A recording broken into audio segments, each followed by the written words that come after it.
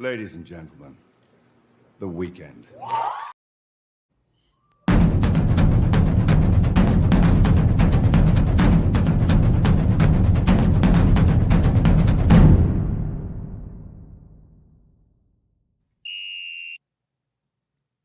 Welcome everyone to another Conquest call-in show. I'm here as always, and this is your guys' show. Matt and I bring it to you every Friday. This is a show designed for the Trojan family and for college football fans to talk Trojan football. We may not be the last, but we are definitely the first to make you guys the stars of the show. Looking for your phone calls. The number, as always, up here, 888-997-4539, 888-99-RILEY. Give us a call. Let us know. We have a couple things on the, for your pleasure if you want to talk about. We're getting ready for the Big Ten Media Days coming up. We also had some really bizarre, but actually on schedule comments from Paul Finebaum that we could talk about. And there's some recruiting rumors floating around. But again, you guys drive the show. Let us know what you want to talk about. Here's our first call. Finebaum that we could talk about. Hi, can you turn down your radio or your TV or your whatever you're listening on? Yeah. Yes, sir. Okay, good to go? Can you hear me? Yeah, loud and clear. Yeah, how you doing? I'm doing awesome. This is Augie from Oxnard. I recognize the voice. Augie, how you doing? I'm doing great. It's a little here in the A5, but I wanted to elaborate on this Paul Finebaum, shock bomb phenomenon that's going on in the media. Yeah. And I have a comment in reference to that. And I understand the platform and free speech, and I want to share a story about locker room shenanigans and hazing by jocks. And a friend from my senior luncheon group, consisting mostly of Vietnam-era vets of the 60s, he mentioned to me about this Zemek who wouldn't wash his football practice gear uniform. Get his attention, the players being PC, player control, loaded his jockstrap with bombs, or trade name commonly known as Ben Gay. But this is a PC show, player control participants, and I think that, secondly, I like to take a page from Dan and Dana Point, colorful references. My samples are from the movie Full Metal Jacket, and the topic where they're in basic training and Joker's coming is, "That's you, John Wayne? This is me." And then he rips the one private, says, "How tall are you, private?" And kind of thinking about Paulie, that's my reference. But my thing is, like on the closing scene, the Marines are county cadence to the Mickey Mouse thing. And my thing is, who's the leader of this club? Surely not Paul or Rupa or whoever's in charge of these low balls. And with that said, who let the dogs out? Who? Thanks for the bulletin material. Loot liquor. Like Snoop says, the dogs of the world unite. Whoop, whoop. And we are UC, and the fight just begun. And fight on. And take my comments off the air. Augie, great start. Augie sent me a text message early in the week when Finebaum, said what he had to say, and he's like, "Hey, look, we got to talk about this on Friday." He texted me, so I'm trying to figure out how he got my phone number. I don't mind, Augie. You could have my phone number. He has like my personal phone number, which is okay. I love it. With Augie, I'm okay with it. Some of you guys, not too sure, but he sent me a text message basically saying that this is ridiculous, and I agreed with it as well. And Finebaum, we touched on it on Monday a bit. And we could get into it now. Recently, so at Media Days, it was kind of this icy situation. Matt, did you see when you had Paul Finebaum and Lane Kiffin talking about that morning on game day? So for those of you guys that aren't Trojan fans, all of you Trojan fans know about this. Lane Kiffin was unceremoniously fired on. It was not on the tarmac. That's all the added hype. But he was fired at the airport, basically, and not allowed to come back to the campus, told he was done by Pat Hayden, and a very embarrassing way to let a head coach go. It was not handled the right way whatsoever. But he talks about the fact that he had a friend in the room where I'm assuming Pat Hayden and someone else, we could speculate who the other person, he references two people, that Paul Finebaum goes on to say that, what's Lane Kiffin doing? He's basically, he's not a head coach material. He's like the Miley Cyrus of college football, and he should be fired. And at that point, he says that, so it was Pat Hayden, somebody, obviously high up in, is it Matt Nikias? Is it the president? Who knows? Look at each other when he says he should be fired. And that night he was fired. And he says, and so Paul, I just wanted to thank you because if it weren't for you helping to get me fired, I never would have worked for Nick Saban and be in the position I am today. So, but it was icy and it was uncomfortable completely. Like this was not ha ha he he kind of stuff. He was kind of laying it out. And I don't know if that comment came after his comments about Lincoln Riley. I don't know the time frame at all, but that would be interesting to find that nugget out. And he talked about the fact that he had been saying it's all over for Nick Saban, going back for years and years. He was always going at Nick Saban. As famously as Mark said on our Monday night show, he basically said he was calling for Harbaugh to be fired a couple of years before he wins a national championship. And then during the interview, at the very end of the interview, the comments made, hey, well, look at Finebaum tries to lighten up the air by saying, hey, look, Miley's doing great. Miley's doing great. He's like, and then Kiffin kind of looks over, yeah, I mean, you got that wrong too. He's all, what are you good at? It was priceless to watch this happen because Finebaum was just shaking and like just really unsettled, and it was really uncomfortable. And they cut the interview pretty much right after that. They just chopped that interview. So I'd love to hear from anybody that saw that interview or any other information you guys might have just about Paul Finebaum and, well, just how wrong he is. It's almost like it's not the kiss of death. He just gave you the kiss of victory because every guy he says is washed up, their career gets better. So thank you, Paul, wherever you are right now, for making sure that USC is going to, go on a huge run here because you're always wrong. So, Matt, what are your thoughts on any of that? Well, I didn't go out of my way to watch SEC Media Days this past week, but I did see just on social media the snippet of that exchange with Kiffin and Finebaum. And I think the important thing, like, this was not playful banter. Like, you could tell it was frosty. This was not two guys who generally getting along and they're just kind of sparring for the cameras. Like, you could tell Lane Kiffin not very pleased. Like he does not respect Paul Finebaum. That was the interesting takeaway, because I didn't really know just how, much this was for show, because plenty of stuff on television is, and how much is real. Lane Kiffin is not happy with Paul Finebaum. That's really my main takeaway, that this was not just playful banter. Yeah, it did not seem like a friendly relationship at all. Again, you could see, I mean, it's been a rough week for Lane, obviously, what's going on in his life.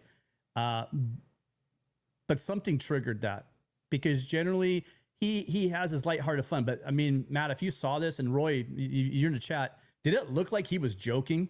It was pretty deadpan, and it was pretty clear that he's like, what are you doing? It's almost like these are people's lives that you're sitting up here just running your mouth full of crap.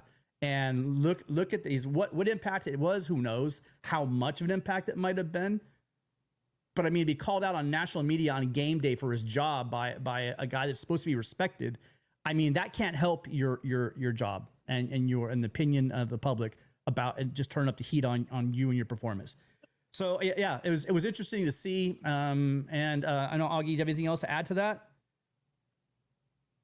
Yeah, I guess he should get the golden title at his parking spot. He is the ultimate bootlicker. And with that being said, thanks for the bulletin material. We just got more fuel to the fire, and it's going to ignite this team in a greater heights. And just wait to see when that egg is all over his face and we're making Wilbur and Rancheros or whatever, what's going on. He's going to get definitely his going to get tossed to the fire big time. And thanks for bulletin material, Paul. You did awesome. But yeah, thanks for taking my call. Fight on, and we're going to be all right when the dust settles. You guys have a great night. Thank you. Thanks again. All right. Well, and thank you to Forgotten Man. I hope my mic's better, and then I'll work on Matt's in a second here. So next caller, is in the queue, but before we get there, Matt, did you want to give your announcement? Yeah. So last week, if you were watching our Friday night call-in show, we started a new fundraising program where, hey, you always get a free first hour. That never changes. But then if we get $100 in the door in the first hour, you get a second hour. And then what's new tonight, we're offering a third hour. And what will it take to get a third full hour? $250. If we get $250 in the first 2 hours, then you get a full third hour. If you get in $200, you get a half hour. You will get a 2.5 hour show. If we get 200 in the first 2 hours, 250, you will get 3 full hours. So we will be on the air until 1:05 a.m. Eastern Time, 10:05 p.m. Pacific. If we get $250 in the door in the first 2 hours of the show, and you know, in order that you're donating money to each of us for this Friday show without a middleman getting any cut, you can donate to my Venmo. I'll pass on half of the money to Tim. Tim trusts me. Matt-Zemek. My first name hyphen my last name, Matt-Zemek. That's my Venmo. So $100 in the first hour. So by 11:05 Eastern, you get a second hour. $250 in the first 2 hours. By 12:05 Eastern, 9:05 Pacific, then we will give you a third hour here at the Voice of College Football. All right. Thank you, Matt. So caller, what's your name? Where are you calling from? Hey, Tim and Matt, it's Adam calling from New Jersey. How are you guys doing? What's up, Adam? Yeah, great to talk to you guys again. I just had a couple of points. I know that Finebaum has been widely criticized for his comments about Riley, but I do think that, you know, he does make two important points that need to be considered. The first one is that Riley really has not yet proven himself to be an elite coach, and his defensive struggles at Oklahoma, at USC, obviously demonstrate that. So the question is, how are we going to assess Riley after this year? In my view, an 8-4 record, especially with a Big Ten schedule, would be progress in the right direction, and a better offensive and defensive line would signal the kind of upward trajectory that would warrant him keeping his job. But the second point he makes, and I want your thoughts on, is that Riley may voluntarily leave. With the NIL issues, the Big Ten schedule, why would he stay? And my question is, number one, how would you assess Riley this year in terms of record and performance on the field? And number two, do you fear that he may leave in 2 to 3 years due to those issues and go on to the NFL in an assistant position? Matt, why don't you go first? I mean, believe me, I got a lot to say on this. And but first, thank you, Roy. Thank you so much for getting us 1/10 the way towards that extra hour. Appreciate you. And then also, thank you to Gary from Dana Point. Thank you. So now we're 20% of the way there for that extra hour. Appreciate two of our most loyal, and I mean, not just in super chats, but I mean, just, you know, these two guys are here every single week. Love you guys being here, and thank you so much for the donation. Matt, why don't you go first? I'm always jumping in first. Why don't you go ahead and go first? So, Adam, I think, you know, the NIL ship, the NIL operation, getting that aligned, like that is obviously a huge point of concern.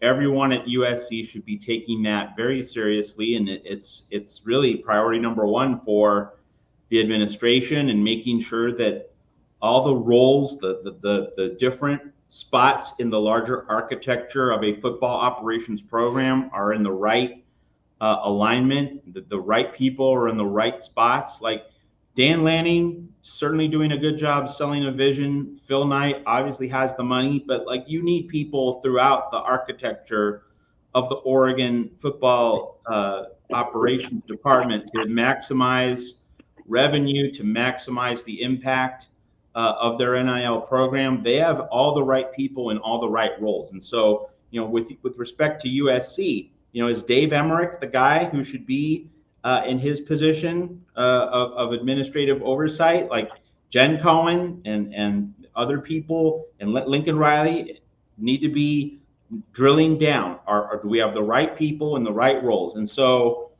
if this NIL operation does not get corrected in 2 years, like right now, USC needs to be better in 2024 on the field. And if USC can do that, then you're looking at a very important 2025 offseason in which you would think, if USC wins at least 9 games next year or this coming season, you would like to think that recruiting will be better. You would like to think that the gap with Oregon's going to shrink. But if Oregon continues to just absolutely hammer USC in the NIL space and creating some separation in terms of the consistent caliber of recruit that comes in the door after the next 2 years, so after 2025 going into 2026, if USC just keeps getting kicked to the curb by Oregon and Dan Lanning and other programs, and it's just not pulling in elite talent, Lincoln Riley might reassess. But I think there's very little, if any, flight risk before then, partly because, Mike McCarthy, Jerry Jones just keeps Mike McCarthy with the Dallas Cowboys like that. Okay, that's your decision, Jerry. But I don't see the Cowboy, if they weren't going to fire McCarthy now, what's going to make you think that, okay, another 12-5 season and another first or second round playoff loss, is that going to make Jerry abandon ship? If the Dallas Cowboy job or a few select other NFL jobs are not open, what is Lincoln Riley's move? You're still the coach of USC. It's still a special career opportunity. You left Oklahoma for it. So I'm not seeing much of any risk of Lincoln Riley leaving USC at any point in the next 2 years. But after 2 years, if either the USC program isn't a lot better or the USC NIL isn't a lot better, and obviously those two things are significantly related, we could see Lincoln Riley reassess. But I don't see him bailing on this challenge soon. If 2024 doesn't really hit the sweet spot for him, he'll want to get it right in 2025. And these new defensive coaches, they're all brand new. They're all coming in. If 2024 isn't exactly what they want, they'll want to then follow up and get it right in 2025. So I think that the next 2 years, we're going to see Lincoln Riley. We're going to see these defensive coaches. Maybe one might leave, but then Taylor Mays could fill in for Doug Belk. You could have a reorganization of some sort because there's plenty of talent on this defensive coaching staff. If one of the current guys on the defensive staff leaves after 2024, it's not catastrophic because you still have 3 really credentialed guys on board. Now, if 2 guys left, which would be a huge surprise too, then that would be a different conversation. But I think this staff is going to be fundamentally intact for the next 2 seasons, and then at the end of the 2025 season, there will be time for a reassessment. And just to reiterate one other thing, that if Lincoln Riley has a bad 2024, that doesn't mean he's gone. What it means is he's on the hot seat entering 2025. Now, I don't think he's going to have a bad 2024, but if he does, it doesn't mean he's going to be gone. It means that he will have to get it right in 2025. So I think we're looking at a 2-year window, folks. Good, bad, indifferent. He's going to be here the next 2 years, barring a significant plot twist where we can then look at the situation and say, oh, now that changes everything. Until we arrive at that kind of point, I'm going to say he's going to be here at least for the next 2 years, if not more. Yeah, I'm kind of sticking to what I said from the very beginning. I don't see this as does he need to win 7 games? Does he need to win 8, 9, 10 games? Does he need to playoff? Does he need to win the Big Ten? What he needs to do is to go into the Big Ten, continue to be dominant in offense, and show significant growth on the defensive side of the ball. To play games and be competitive and win. Don't get me wrong. You can't have a losing season. You can't start stringing, like Matt and I talked about on the last show, you can't start stringing 5-loss, 7-5 seasons together. That won't be acceptable. But some people have called this a rebuild. Some people have called this a reset. Some people call this what it is. Dan Lanning didn't walk into the roster that Lincoln Riley is walking in. Sherrone Moore is not walking into the roster that Lincoln Riley walked into 2 years ago. So, you can't compare a lot of these different situations. I mean, quite frankly, at LSU, I'm blanking out. Brian Kelly didn't walk into a roster like we had at USC. You can build quickly in the skill positions, but you can't build quickly where USC was suffering the most. Where? Defensive interior and offensive tackles. That's where USC had a big hole, and USC paid for it last year and paid for it on defense the year before. Everyone argues the fact that I think we need at some point, when are we going to put a moratorium on the whole Alex Grinch thing? That's what it was. It definitely is a kind of a black mark on Riley's career. But contrary to probably what Finebaum said, he can't hire the right. He's only hired one DC, Paul, and it was a mistake, and he hung on to him too long. And I'm sure he'd be the first one to tell you that. But he's made one hiring mistake. And what was telling about the Finebaum thing more than anything is not one word about a rebuilt defense, really. Not, you just kind of pretend to like, well, he's going to keep rolling out through the same defense that he's had, or that he doesn't care. He literally said, it's my singular focus is to make this an elite defense. And every step he made in the offseason was in that direction. So appreciate you, Adam. Thank you so much. Great thoughts as always. You want to add to either one of those really quickly? Yeah, just really quickly, what I'll say is, look, I think Riley deserves a chance, and I think a lot of people believe that. But if they believe that, they have to be patient. We are not going to go 10-2 this year. We're not going to go 11-1. But if we go 8-4, 9-3, that's a step in the right direction. And if we build on that for the next year, we may be in the playoff in 2 years. And I think we have to look at it as a restart and be patient, because Riley deserves that, given the deficiencies with our personnel and some of the NAL issues. So thanks, guys, so much for taking my call as always. Have a great evening. Awesome, Adam. Thank you. Thanks for calling in. Appreciate you. All right, guys. We have a couple calls in the call queue. Appreciate you guys all being here tonight. If you could just take a second, go ahead and hit that like button. If you could, it really helps out the show. If you're still here after 15, 20 minutes, you must like something what you're seeing. It really does help out the show, whether you're a Trojan fan or not. Thank you guys all for being here. And we got our next caller. What's your name? Where are you calling from? Hey, it's Jackson Johnson from Meridianville, Alabama. How you guys doing tonight? How's it going, Jackson? Good. We're doing well. What did you think about Kiffin's comments swinging back? And you're an Alabama fan. What do you think of Paul Finebaum and his constant attacks of Nick Saban over the years? Paul Finebaum, the thing about him, he always jumps on the bandwagon of whatever the trend is. That's the thing I've noticed about him, is that whoever's winning the most, he jumps on that bandwagon. And I think Georgia fans are going to learn real quick that he's on their bandwagon. Okay. Fair enough. What did you call in? What did you want to talk about tonight?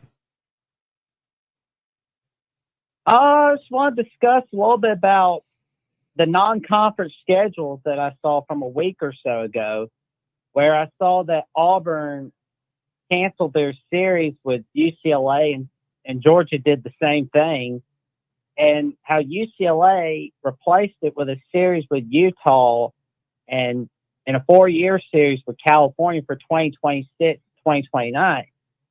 My question is, will we see USC be able to get a home-and-home series with Stanford? Matt? I would like to see it, and some people will say reasonably enough that, hey, we're in the Big Ten. Let's explore fresher matchups. Let's take advantage of the new nature of our situation. But for me, not only do you kind of keep an old Pac-12 rivalry alive, but the other thing is you're playing a Power 5 opponent, or in this, I guess we need to say now, Power 4. You play a Power 4 opponent, and the other thing about playing Stanford and also Cal, if you're USC, also UCLA, even though you're no longer in the same conference, the other thing is travel. It's a short commute for a non-conference game against a Power 4. To me, it makes a lot of sense, but I totally get it. Like, if we're in the Big Ten, why don't you play an ACC team or a Big 12 team, so like UCLA doing an arrangement with Utah. You could say that let's aim a little higher, and I completely respect that. But I think there's something to be said for making that third non-conference game. You're always going to have Notre Dame, and then you're going to have a cupcake early in the season. So that third non-conference game, what game should that be for USC? I think playing, a Stanford or Cal makes sense because, you're not playing a cupcake and the commute is relatively short. So, you're going to have some long plane flights over the course of the year. Why not have a short travel date for that third and final non-conference game? Yeah, I like it. I mean, being a USC alum, one of the biggest things when you're a student is going up for that weekender and keeping that weekender alive. The way they're playing ball is, I hope that Stanford and Cal get together, but it's not much. Why go to San Jose? We wouldn't travel to San Jose State. Good point. Would be a great way to have them come to us. It'd be them coming to us instead of San Jose State coming. Why not have one of our oldest rivals? So we may not be doing a weekender we're probably not traveling up to Strawberry Canyon. We're probably not going to Stanford. So they're ruined. That goes my first idea out the window. I forgot. That's not going to probably happen. But they are two of our oldest rivals. I think possibly, I think it is Stanford. I think we played Stanford is our oldest rival, believe it or not. It's not UCLA. I do believe. I'd have to double check that. Someone in the chat, if you want to fact check me, but I think it is Stanford is our oldest rival, Matt. I'm not sure if you know or not. But definitely those are two of our rivals, our in-state rivals. Like Matt said, they are Power Four. We don't play at the ACC teams very often. Virginia Tech, Virginia, I guess Boston College, we played them in a bowl game. But in regular season, we rarely play ACC teams. So that'd be a way to kind of get some games against the ACC. But I'd be all for it, Jackson. I really would. And they're manageable, right? I think they should put quality teams out there. But we're not playing a team that's going to beat the crap out of us. Because remember, you guys, not only is the playoff bigger now, which gives more opportunity, but it means if you want to make a run at a national championship, you need to have the roster to get through and the schedule, really. Let's be honest. And the schedule to get through your 12-game regular season, a 13th game if you make it to your conference championship game, and then possibly 3 more rounds. That's a lot of football to put on a football team. And, the SEC is already gaming it a bit, right? By having the 8 conferences instead of the 9 conference games. So adding another difficult opponent to your schedule is really foolish for USC to do. But I would say this, given that this is not the Stanfords of the Andrew Luck period, right? That it's you don't have to really worry about them coming crushes. This isn't a Tedford early 2000s and mid 2000s Cal we're talking about. And so it'd be a great opportunity just to keep that tradition going. Great point, Jackson. Well, and I'd love to see USC and Florida State have a home and home because USC has not had a win in that series history. And matter of fact, I want to see them play Miami in a home and home because I think that would be huge. It's weird, but they only played 2 times in 1966 and 1968. Gotta get those numbers up. Jackson. Boy, if we ever do play the Miami Hurricanes and we have an elite offense, I want to be throwing the ball down the field 80 yards in the final 3 minutes up by 50. I want to hang 100. I want to hang 80, 90 if we can, just to that Paul D. Yeah. This is for you. Boom, boom, boom. And that's what sucks. It's the Paul D. Retribution Bowl, baby.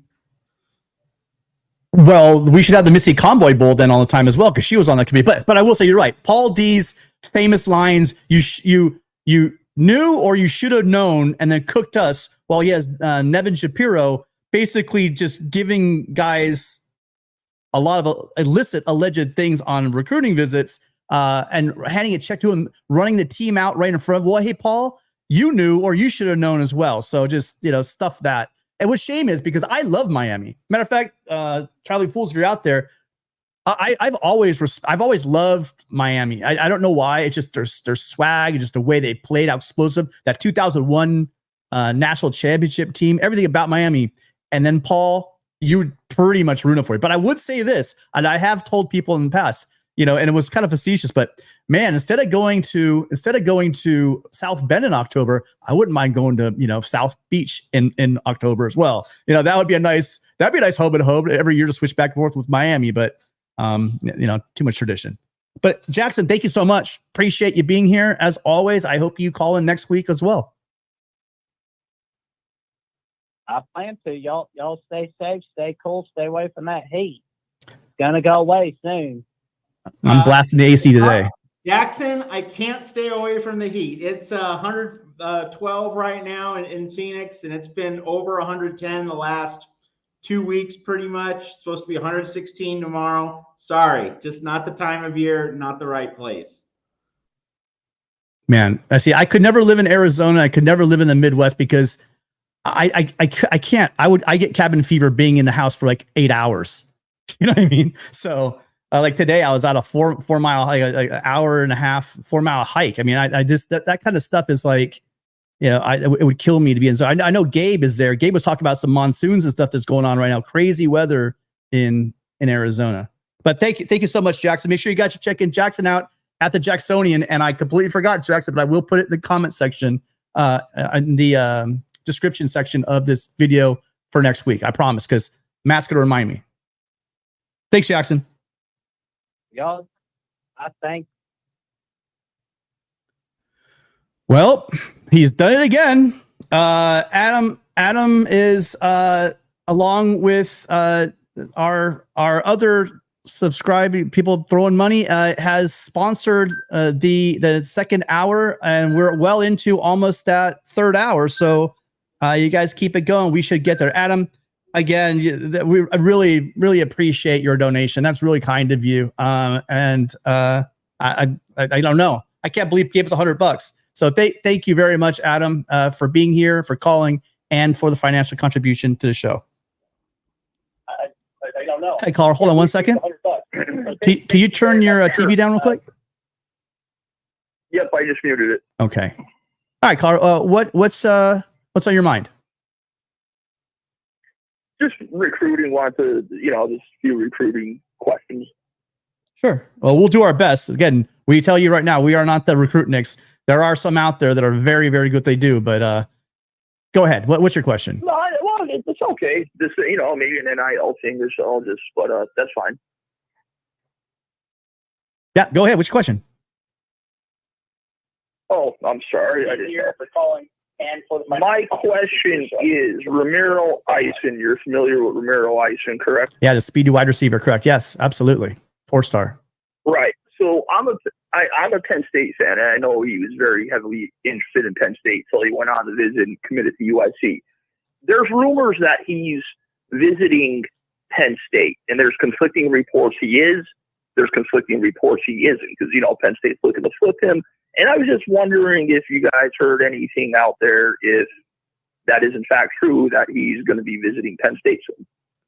I've heard those same. Oh, go ahead, Matt. Go ahead.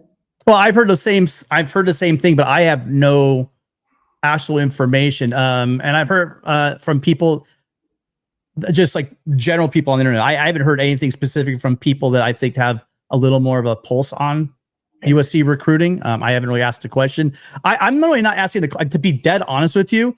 I'm not following recruiting as hard as I used to over the summer. And so I'm not gonna burn myself out on that. I mean, as things get going, I love hearing that there's commits, but I'm gonna be brutally honest with you. Look at last year at this time, Trojan fans, right? And maybe even yourself. I didn't get your name. Sorry, what was your name? Chris. And you're from Pennsylvania? Yes, sir. Okay. So how many guys were going to Penn State last year? Like, I remember there was a defensive tackle. I forget his name now, but it was between USC and Penn State, USC, Penn State, Penn State, USC. And then he ends up going to Michigan. I forgot the guy's name. That's how I am with recruiting now. I'm not going to sit there. That was, David Pauly. Pauly, right. He was like a Samoan. Right, Pauly. Yeah, he was a good looking recruit. Yeah, that's correct. He was flip flopping back and forth a lot, and then that's recruiting. And with NIL now, it's just absolutely crazy. But I was just curious, like I said, if you guys knew about Ramirez. And I do have another question because I'm trying to catch up with what's going on with USC because I know there's a lot of complaints regarding like your NIL game or whatever's going on. And I've seen reports about whoever the general manager is out there that handles the NIL. What's the story? Now, I remember a couple of years ago recruiting, it might have been last year, where I read an article where some top recruits' family went on a visit to a lot of the top schools, including USC. And I remember this recruit's mother said USC has the best NIL presentations of any of the top schools they visited. But then all of a sudden now it just seems like, and again, I'm not a USC fan or insider. I just catching up a little. What's the story with USC's NIL? Okay, well, I'll try to do this in a nutshell because from people I trust. I know you probably covered a million times. No, that's okay. Well, I mean, the money's there, right? So it's not USC is not, as Matt reminded me last show, it's not a poverty program, and the money is there. I think the issue is you see the programs that are killing it in NIL. They have the backing and the funding, but also they're very efficient in how they use that money. And from what I'm hearing, without calling names out, without speaking over what I actually know from them, what I've heard, it appears as how the money gets to the individuals and how the NILs are packaging themselves. Whether you are a nonprofit, which the House of Victory is, and that limits the amount of money you can give to a student athlete per event that they attend, which is still, I mean, it's a pretty sizable amount, but it's not enough. So these guys, if they want to make the top end players, I mean, they'd have to go to something like 100 events. Again, I don't want to speak too much to it because I'm going off of what I've just heard. But what I've heard, let me finish. So what I've heard is that the issue, and it's from people that I do trust, that know a hell of a lot more about the program, that have a lot of information than I do, that's the hang up, is in the organization of the money. There's also the dynamic of how do you keep, people happy within the program? How do you get these kids right out of high school? What about the people that you already have in retention? There's a lot goes into what you pay kids, and there's experiments. And this is still early, by the way. I mean, Chris, getting people on your campus in high school is one thing. Retaining them is another. Keeping peace within your locker room and how well you could play as a team is yet another thing. When you got freshmen driving Lambos and you've got a fifth-year senior who spilled blood all over your practice field for 5 years, and you have a new kid coming in with basically nothing, it's going to be difficult to handle those kinds of situations. I'm holding back, and I do realize when I always tease and joke with the Ducks about Uncle Phil, but part of that Nike situation is, and what I understand, about Division Street, is the way that it's run from the very top. These are Nike, they're retired Nike executives, if I'm getting that right, and they know exactly how this game is played. They work with families, they work with the players, the coaches, etc., all the way down the line. They're very organized. My question about USC is how organized are they? And we're hearing rumblings, like you just brought up, that there might be some inefficiency at the highest level of the program. There you go. That's where I'll leave it. Matt, do you want to add to that at all? Yeah, so just, the main thing, if you're an outsider, as you are coming from Pennsylvania, the thing to note is that, Justice Terry and Isaiah Gibson came in from Georgia in late March, so they were obviously sold on the program to a certain considerable extent. I mean, Eric Henderson, Aaron Donald's position coach, obviously made a very strong, positive first impression, and then 3 months later, they're out the door. And while, neither Tim nor I have, know exactly how it went down, the backstage chatter behind the scenes was that certain promises were made and they were not kept. And, allegedly. Allegedly, like, we don't know that for sure, but like, that's been the chatter. That's all either one of us can say, that we don't know exactly how it went down. But what Tim just said about there being some inefficiencies, and also what we're seeing in the chat as well. Boy, why isn't this process as streamlined and as direct as possible in terms of being able to easily get more NIL money to the recruits within certain timetables or with certain patterns of regularity. I mean, it would certainly seem that these inefficiencies, like this is what needs to be weeded out.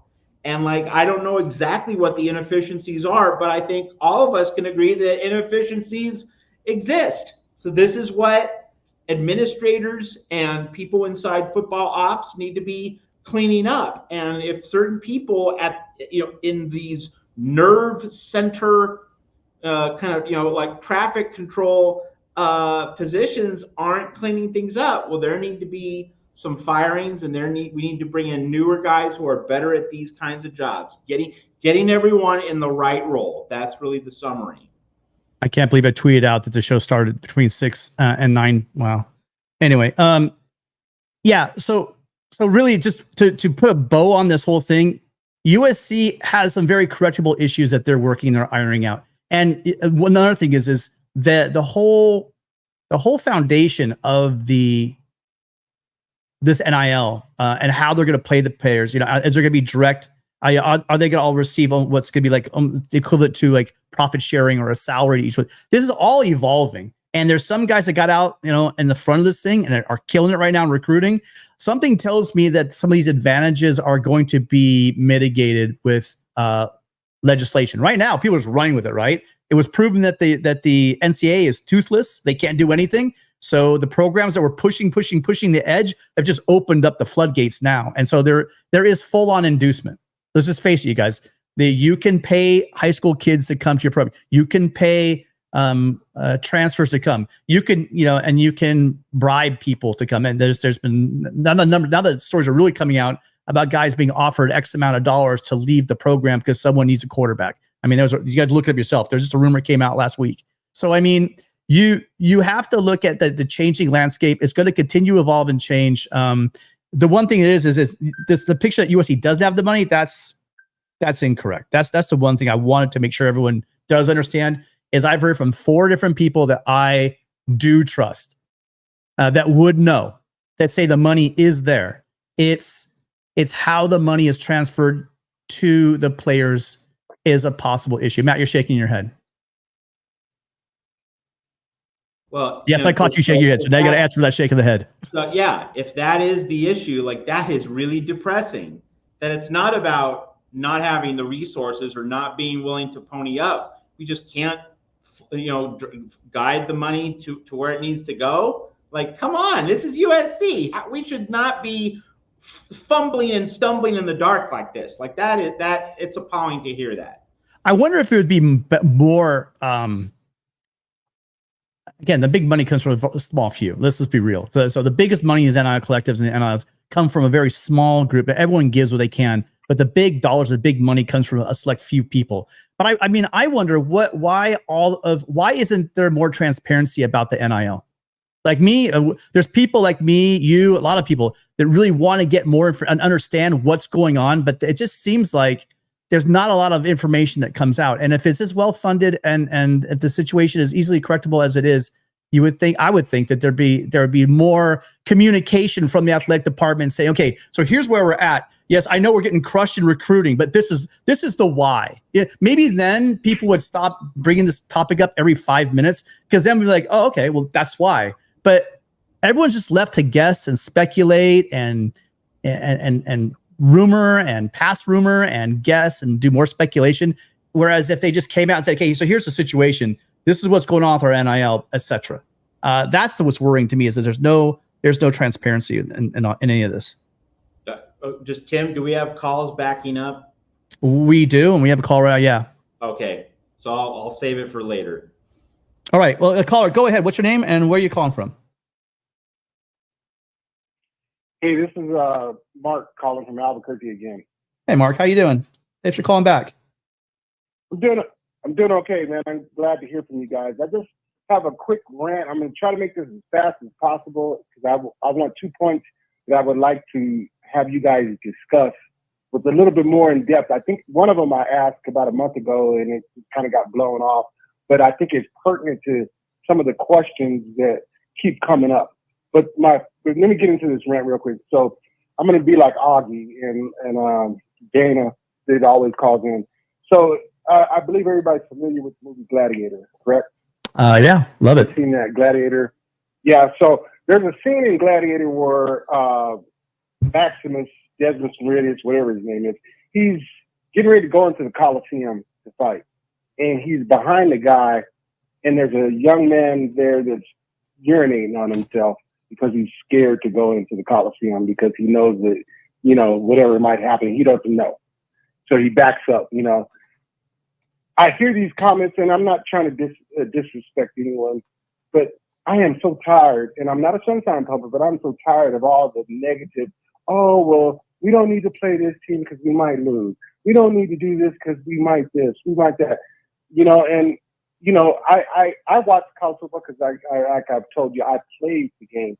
I don't want to watch fantasy football. I don't want to bet on fantasy football. I don't want to bet on FanDuel. These are college athletes. I want them to play. But having said that, I just want to put that out there. We spend so much time on looking at, and every week I always say something about Mookie Betts, Shohei Ohtani, or Freddie Freeman. These kids are kids, and they don't sign. You know, some of them. Coach Henny said it. You know, some of them. You know, USC might offer them $700,000 or just a figure, and they decide they want $800,000 from Oregon and stuff like that. There is a locker room component to that as well. You know, just like you mentioned it, and I'm glad you hit on that, Tim. You know, there are 85 Division I scholarships that is supposed to be offered off. A team like Oregon got like 200,000 players on their team. So they're all on academic scholarship? No.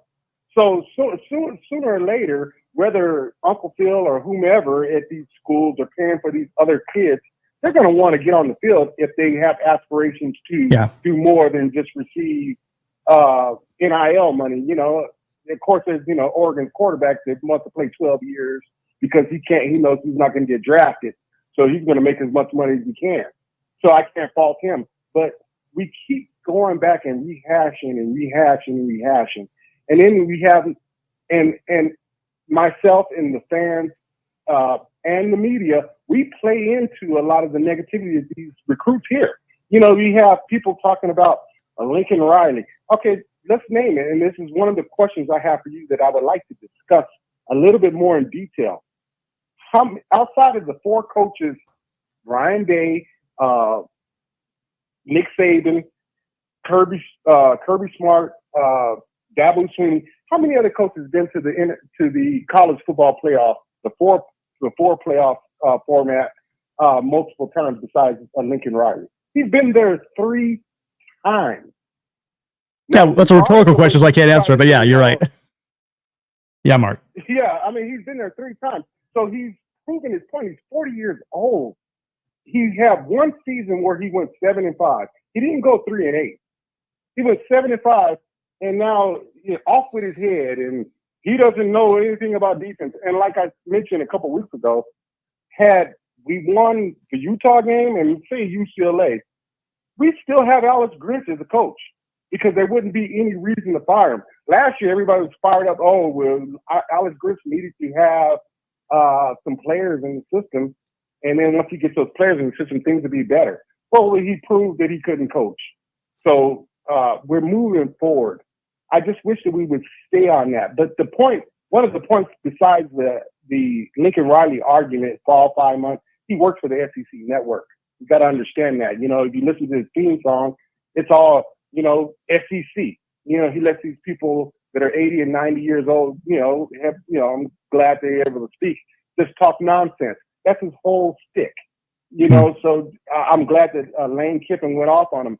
But to the point I was making a month ago that kind of got blown off is I wanted to compare Lincoln Riley's 2022 season or recruiting class versus Texas A&M. And it could be LSU or any other team. And when I'm talking about recruiting class, I was talking about, and I wanted to look at it from an analytical standpoint, from not only the recruits of the 2022, but also the transfers. Look at the difference. Caleb Williams, first player picking in the draft. You have numerous players that have been drafted and have been productive on the field. Texas A&M supposedly had the greatest recruiting class ever, paid for all this with NIL or however you want to say it, transfer or whatever. Where are those players? Where are they at? One of them is at Ole Miss now. So I wanted to talk in depth about football and kind of get away from so much of the negativity, because we add to that. And parents and recruits, they hear this stuff. We're constantly, we shouldn't be playing UCLA. We shouldn't be playing Notre Dame because we're just going to go 7-5. Like, stop it. Let us get ready for the season. Let us talk about what the things that if we do have weaknesses, not saying that it's a weakness because this person's playing nose guard and he's been there 4 years and he wasn't the big name recruit that decided to take an extra $100,000 to go to Oregon. But then he's a Division I player on scholarship at a blue blood school. So give him some credit. Mark, do you have a question for it? Mark, do you have a question for us anywhere? I'm sorry, bud. Here. You've been talking for like 5 minutes and we're listening, but did you have a question or something? My question is, I want to compare, like I said, the in-depth, if you guys can kind of go as much as you can. I don't want you to spend the whole time, but not just blow it off, but what Lincoln Riley's team in 2022, the people he brought in, how they compared and how they helped the team versus a team like, say, Texas A&M. Because we have so much of this argument back and forth on NIL and all that stuff. So let's look at the bottom line. Give me something analytically or statistically or player-wise. Who had the better season? Who had the better production player-wise, locker room-wise, or so? That's my question. Between you, for being so long-winded. Sure. Between USC and who? Texas A&M. Texas A&M. 22. That was the recruiting class that Texas A&M supposedly had the best recruiting class ever assembled. Right. Well, what I will shortly tell you is just loading up on 5 stars and not. I mean, at the end of the day, football is football, and you played football at the collegiate level, so you definitely understand this. You could load your roster up, and Helton was guilty of this himself. We had some amazing athletes come through during the Helton years, but we didn't have a lot of high quality linemen come in. So he was having these very highly ranked classes, but not filling the glaring needs on the football team that needed to be addressed. So when you add Kamari Ramsey and Akili Arnold for that veteran, back end support, when you have guys like Zion Branch, getting healthy, and Anthony Beavers playing really well, and a young Christian Pierce. Right. So you add that veteran piece, right? That's how you build your roster, not necessarily with the big splashy 5-star kid who's not going to help you for maybe 2, possibly even 3 years down the line. It gives your young guys I think that in the secondary, especially, you got Williams and Gallegos, 2 freshmen I expect to be absolutely outstanding players down the line.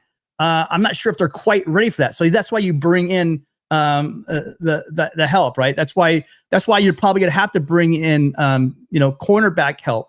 I want the length on Crawford, Leaky Crawford. You look at the young guy. He's not young anymore, but you think third year or second year player.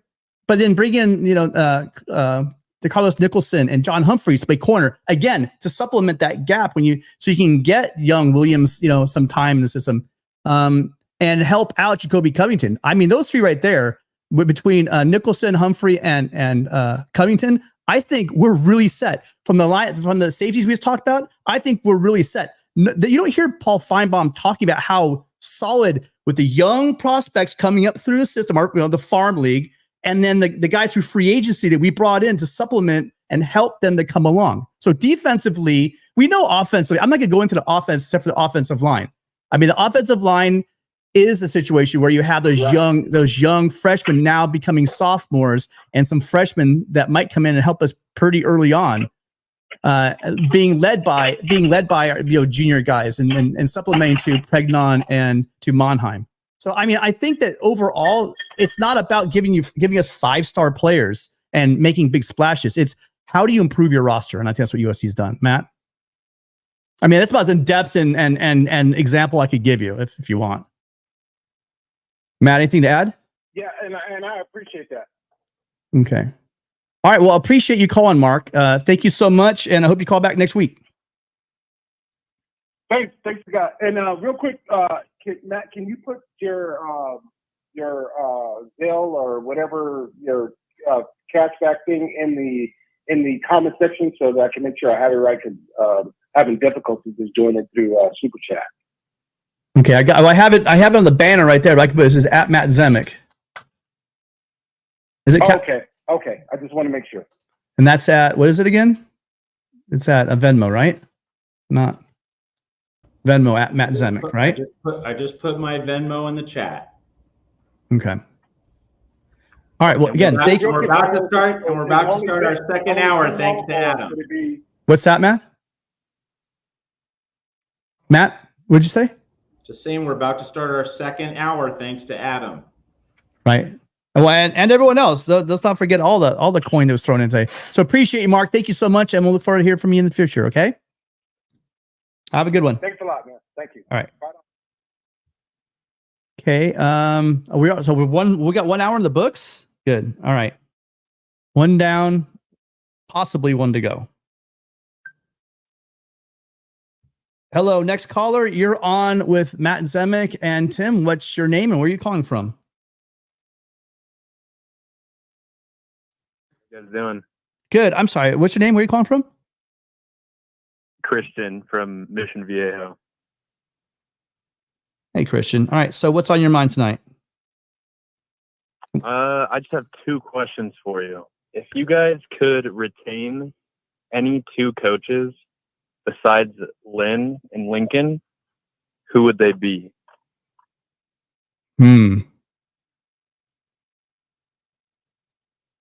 Now, are we talking for like position coaches or coordinators or what? Yeah, I mean, it could be anybody, but except for the defensive coordinator and Lincoln. Yeah, so he covered the offensive coordinator and head coach. Yeah, he said besides the 2 coordinators, right? Because I mean, Lincoln's the offensive coordinator and you have Lynn's defense coordinator. So he's top position. So I mean, right at the bat, I'm going Eric Henderson, and then it's just going to be a huge toss up because yeah, that's what I was thinking. The funny thing is Eric Henderson's the one guy who doesn't have the college experience. Do you know what I mean? And so what I'm sitting here thinking, I want to lend I want to tip over to like the Matt Entz end of it, just simply because of his experience that he brings. But then you also talk about, I mean, it's a shame because nowadays we're so trained to think about the defensive staff because we've been so, I'm as guilty as anyone about this, just pigeonhole. My attention so much on the defensive line, and the entire defense that I go straight to the defense right away. But this is a hard question for me, really, because I think this overnight by what they did on the defense side of the ball, they've really changed how I view the entire the staff as a whole. I didn't think that it was a great overall staff last year, but in 1 year they've been able to really just change all of that. I mean, when it comes, where I'm hesitant is, so talking about offensive line, and I've been a huge defender of Henson. I have, because I do think this offensive line is going to perform and play well. And I did like the way the team in 2022 played, when they had not depth, but they had quality at every one of the positions along the line. But where do you go from there? I mean, you're talking about a lot of guys that came to the program that have a really good resume, but we don't know much about them here at USC or at this level. So if I just had to talk off the top of my head, Exactly. what I like about this question is it's really hard to answer it. Matt, do you have 2 pop right to you? Otherwise, I'm just going to throw out. I don't know, and I don't know the situation. One thing I'm hesitant to as well about Simmons is I know he's really important to Riley. I mean, I do know that. I'm hesitant because we're having trouble landing top flight wide receivers, or more trouble, I think, than we should be having. I don't know why that is. Definitely. That is worrisome. But the wide receiver production on the field, however, the development and the play on the field lends to that. I'm just going to throw out there just to keep my life easy as an easy answer and stick to the defense side of the ball. I'm going to go with Eric Henderson and Matt Entz. Those are two guys I keep. Matt, what do you got? I would say Danton Lynn and Eric Henderson, but no, you can't do Lynn. You can't do the coordinator. Okay, so then they should move him to safeties coach, but we're not doing. So then Eric Henderson and Taylor Mays. And I think what Taylor Mays did in the Holiday Bowl, just it speaks so well of him. And it's not a knock on Doug Belk. It's just that Taylor Mays inherited a fluid, messy patchwork situation, and he basically coached those guys up in a couple weeks for the Holiday Bowl. And I'm a big advocate of the hashtag Mays raise. That now that he's able to coach on the practice field, now that the restrictions on coaching, the number of coaches have been lifted, that Mays should be getting a small pay bump from Jen Cohen. But I'm a fan of all the defensive coaches. I think Entz, Belk, what they say, how they go about their business.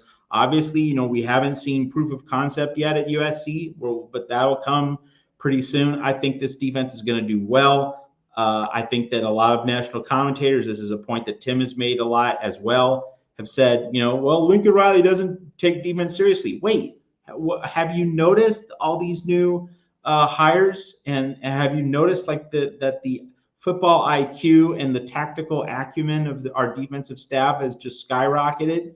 So I think that this staff's going to be great. And then I just have to say, Tim's bullish on Josh Henson, and I'm the skeptic. And hey, I hope I'm wrong. This team hopes you're wrong. I want USC to go 10-2 this year. I want to be writing about the college football playoff at Trojans Wire. I want to be writing about a big time December game on national TV where the eyes of the college football world are on USC again. I want all of that. So that means I want to be wrong about Josh Henson. But what happened last year, and just the simple fact that he inherited Andrew Voorhees, he inherited Brett Nealon. And he does get credit for what happened with Bobby Haskins, but still, he inherited the real alpha males on that 2022 offensive line. He now needs to show that he can coach up a new crop of linemen. So he's the coach that's definitely under the gun at USC, along with Benny Wiley as the strength coach. Matt, let me correct you real quick on that. Does he get credit for 2 years of coaching up Jonah Monheim, though? I mean, right? That didn't just show up on accident. He's a great player, exception you got to give him credit for that. Huh? Exception that proves the rule. Why haven't we seen more broad-based success stories such as that one? I think we had a weird situation, offensive line last year, basically doing who they thought was coming in the spring. The kid from Florida never made it in. The guard from Florida never made it in. They bumped around. I think I did a great job in the portal getting a group. Sorry, I shouldn't say group. That's the word. Individuals on that line that never gelled. That could be an indictment on him. That could be an issue with the players. We really don't know.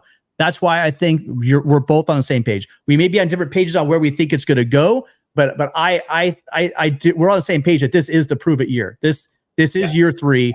Yeah. I give a line coach 3 years because you had the years to bring people in. You had a couple of years to develop them.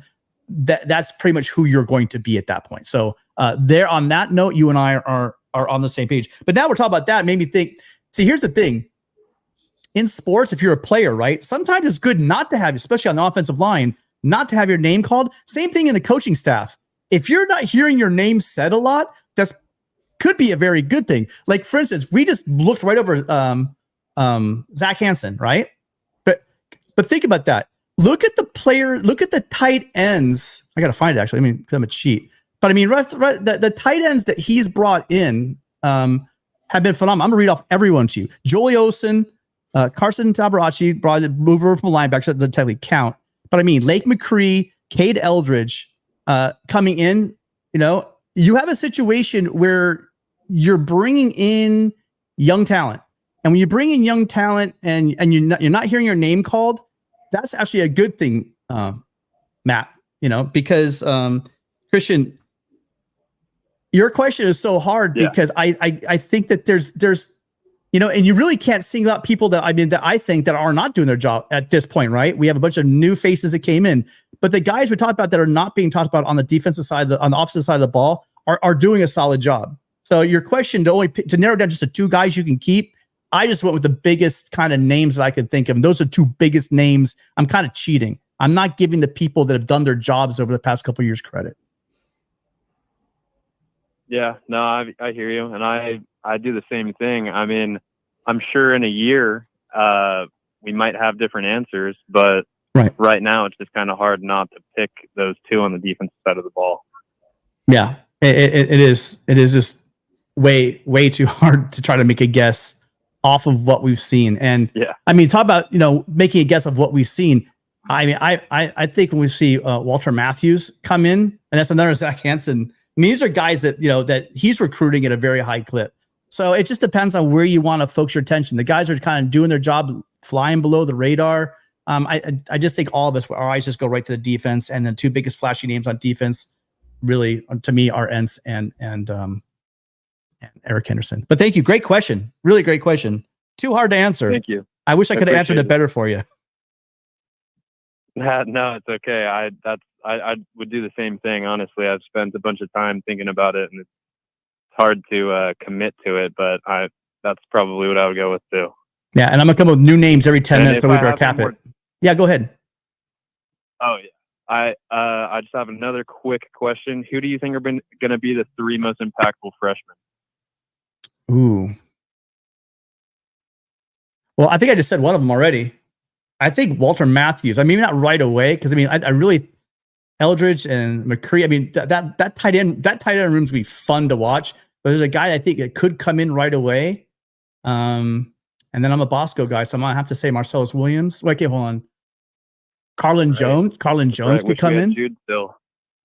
I wish we had Jude still. Big Boston tight end. Brave. Yeah. Are you? Yeah. Well, that's another tight end. See, poor Jude just couldn't. He had talk when it comes about staying healthy and the injury bug. Man, that guy fought through a lot of stuff, and I wish him absolutely the best definitely as a Brave. So gosh, Matt, what do you want to go with this with freshmen? Could it be Hayden Treater coming in late in the season and really contributing on that right guard position? Probably Carlin Jones. Walter Matthews is an easy choice. You have Abasiri in the. I mean, dude, he with what we need on the defensive line, and you need some depth there. He came in. He's like a man child. And Gabe Trojan Blade would absolutely kill me if I didn't bring up his boy Joey Olsen. He might go out there and catch 40 balls and ball out really hard. So I don't know, Matt. What do you got? I'm all over the place. I don't have specific names, but I would be inclined to say you're going to see more freshmen make an impact on the defensive side of the ball, just because I think that the position coaching on defense is going to be such high quality that you're going to see this defensive staff unearth someone. Now, which guys it's going to be, I don't know. And I mean, we have camp not that far away. We'll begin to see something, but I would simply lean toward defense. Now, would I love to see a freshman offensive lineman become a stud? Absolutely. And like that would be part of the scenario in which Josh Henson figures it all out in year 3. But just I would lean toward the defense providing more breakout freshmen, just because I think this staff is so good at teaching and is so good at communicating that I think you're going to see more on defense than offense.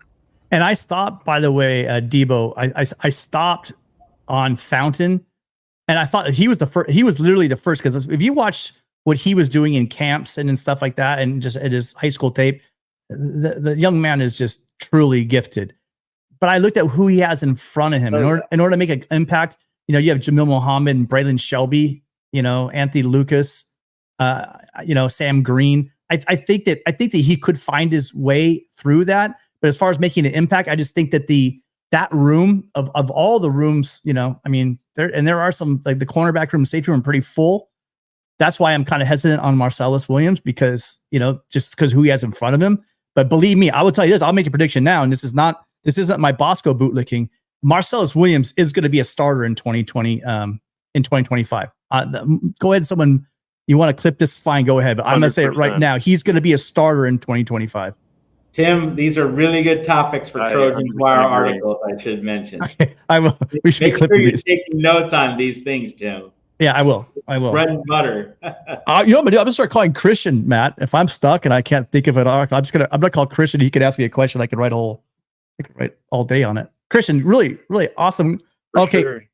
By the way, just for you, Gabe, just because you showed up here. Hey, Tim, I'm never going to forgive you for being such a bootlicker. Never.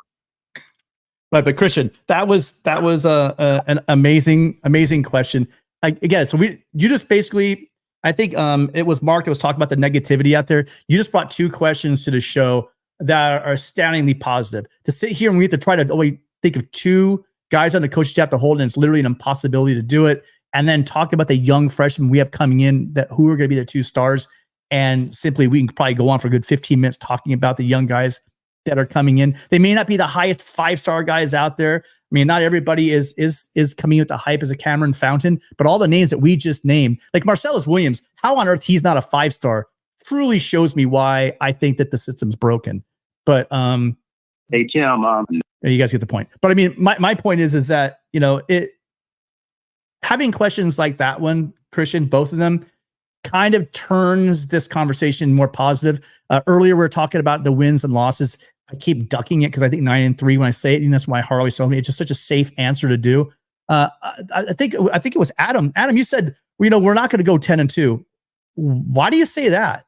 I mean, this team could absolutely go 10-2. Absolutely go 10. Matter of fact, if they beat LSU, I'll go on a limb and tell you it's going to be 10-2. I almost put the house on that one. I really do believe that. If they can go into Las Vegas and beat LSU, then I don't see why they're not a playoff team. They will definitely be a playoff team.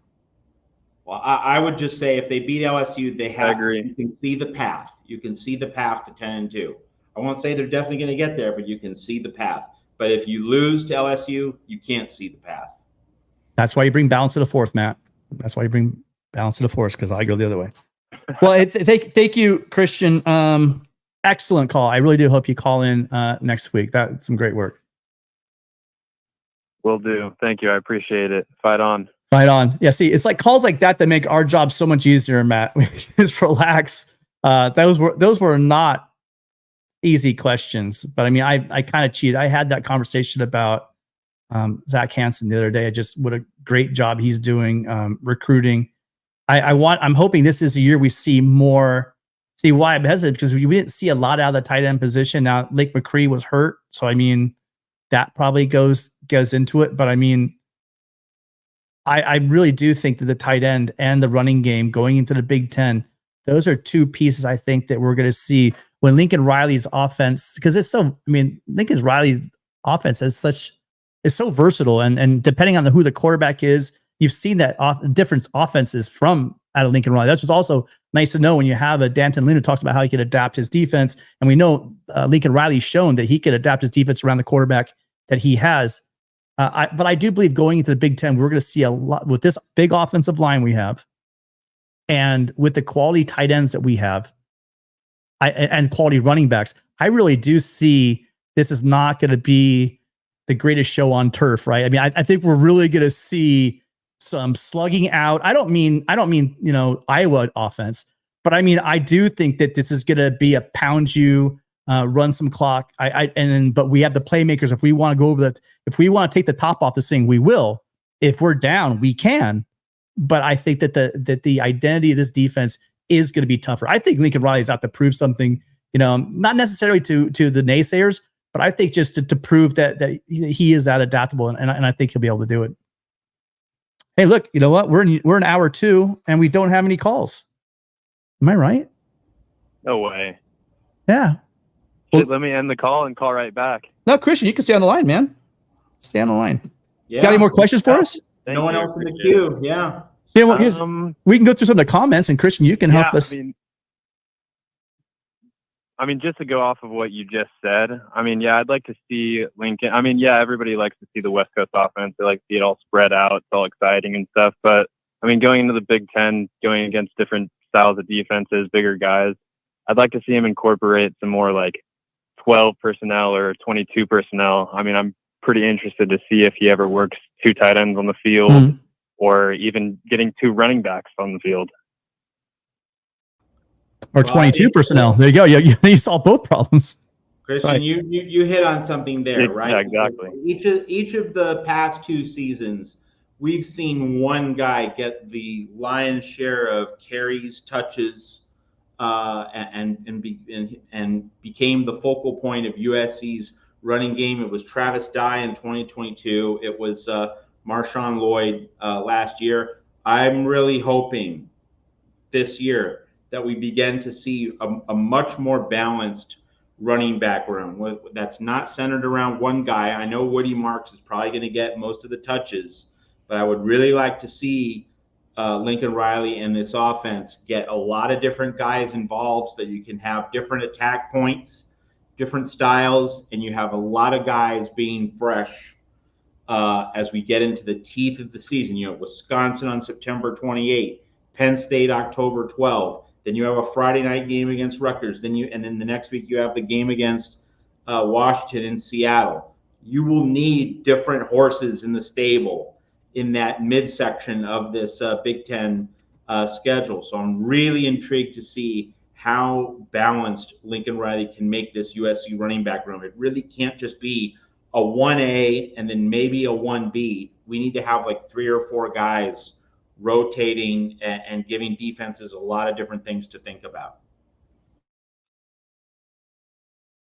Yeah, I agree with that. I think there's going to be a big opportunity for that. And I don't think it's going to be running back by committee because they don't have a guy. I think it's going to be that way because they have so many guys. Like, I mean, I could see Woody getting the most carries, but I could also see Joyner walking away at the end of the year with the most yards or most touchdowns, and then also getting the big bruiser freshman incorporated as well. I mean, he almost looks like an NFL body already. So You're talking about Brian. I wouldn't be surprised if they mixed all those guys in there. You're talking about Brian Jackson. But you know, the cool thing is, and then Amarian Peterson's kind of a combination of Quentin Joyner and Brian Jackson. I mean, all three of those backs are not small. The guys from Texas are not small. Woody Marks, again, I'll say it for those of you guys haven't heard me. I mean, the guy is 5th all time in receptions in the SEC. He's the all-time reception leader for the Mississippi State Bulldogs. So talk about a weapon. Talk about a versatile third down. Talk about your prototypical third down back who just as easy could take a draw play or just kind of leak out and you could drop it off to him or a wheel route or whatever. I mean, the guy has hands.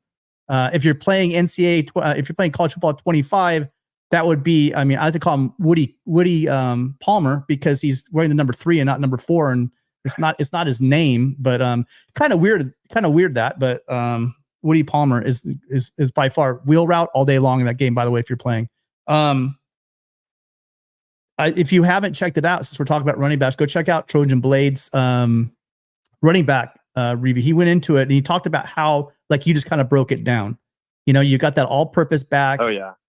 In Woody Marks, you have. A guy like Quentin Joyner, who just is an explosive play waiting to happen anytime he touches the ball. Brian Jackson, the freshman that you referenced, it's just that bruising power guy. So you might have that. You might have Quentin Joyner as that guy who's probably getting the most carries, but that you do have Joyner with the most yards, and maybe you might have Brian Jackson with the most touchdowns, or maybe Amarian Peterson fools us all and he leads the team in touchdowns. We really don't know. I mean. They only have 4 backs, but they're 4 backs that are solid that I'd be more than comfortable with any one of those 4 backs starting on Saturday. So another great room. And so as we sit here and we talk about, which coaches we want to keep and which coaches we want to get rid of, forgetting about, Anthony Jones Jr., not bringing him up, so the outlook for USC is good. What we could do in year 1, we'll find out. How quick the install on defense, especially when we have 2 of our toughest games in the first 3 games of the season, that's going to play itself out. But overall, I mean, you're talking about a coaching staff and a young group of kids that are joining some veteran transfers and a solid basis for a team. Anyone that doesn't think this team can go 10-2, I think is fooling themselves. Anyone thinking they can't go 8-4 is also fooling themselves. definitely. I'm leaning more towards a better record. I'm thinking 10-2 is definitely possible. And everybody's always scared about the Michigan matchup, but I'm just looking at who they're returning. I mean, yeah, I think they have a good defensive line. They have a nice running back, but they lost pretty much everybody else. Well, their defense is they do have the top corner. They have the top corner in the country. They got a good defensive line. They got Grant. But, returning talent. They have I think the 7th least in college football. The thing with Michigan that I'm looking at is going to be the quarterback situation. If Alex Orji is a competent quarterback with his arm, because he's going to hurt you with his legs. But if he can make those, if Alex Orji can hit those intermediate passes, they're going to be just fine. He gives them that his ability to run the ball, and they're going to dedicate themselves to running the ball. I mean, it might listen. This isn't Jim Harbaugh, who was a quarterback, right? Now you're moving over to Sharon Moore, who's a defensive line coach. Maybe what do defensive line like to do? They like to pin their ears back and run the ball. This is Michigan we're talking about. You got a great running back. There are some issues, I think, there's some question marks. I say issues. There's some question marks on there, like you said, as far as the returning players on the offensive line. But they have the makings to have a solid offense if Alex Orji can be accurate with his short to intermediate passes. He's got a huge cannon. I mean, and sometimes I don't expect a long ball from him, but if he could do those two things, if he could pick up that 3rd and 8, 3rd and 11 once in a while when you need it, they're going to be able to run the ball effectively. And defensively, you're under. I think you might be underselling them. They are going to be a hell of a challenge on the defensive side of the ball. Yeah, that's probably one of the better front sevens we play. I definitely acknowledge that they have probably the best defensive lineman and corner in the country, but I mean, yeah, I know that they also have a pretty good depth on the defensive line, but I mean, other than that, I mean, they have a little bit of talent returning at linebacker that got some reps, but I mean, I think 4 of their starters are returning on defense, and then they're returning a tight end on offense. Yeah, no, they absolutely, but also Donovan Edwards did get a lot of reps. And remember, Donovan is a great back. Just watch the Ohio State game if you want to know what Donovan Edwards can do to a team. But oh yeah, no, he's crazy. Just remember, they've been building something, and this is why you give a coach time. You don't pull the plug after 1 or 2 years. You don't listen to what Paul Finebaum is calling for Harbaugh to be fired. They built depth there, and they may not be top-ranked recruiting classes, but they developed depth there.